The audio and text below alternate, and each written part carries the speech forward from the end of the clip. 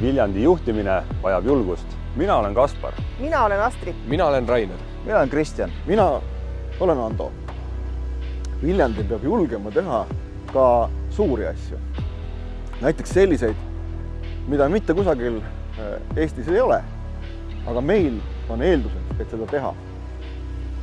Köisraudtee Huntaugult Närskale.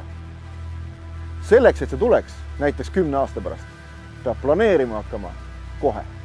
Viljandi peab võtma eesmärgiks pöörata elanike arv tõusule. 10 aasta pärast võiks neid paate siin olla 3 korda rohkem. Selleks, et noored peale ülikooli tahaksid Viljandisse tagasi tulla, loome eeldused kaasaegsete elamupindade tekkeks.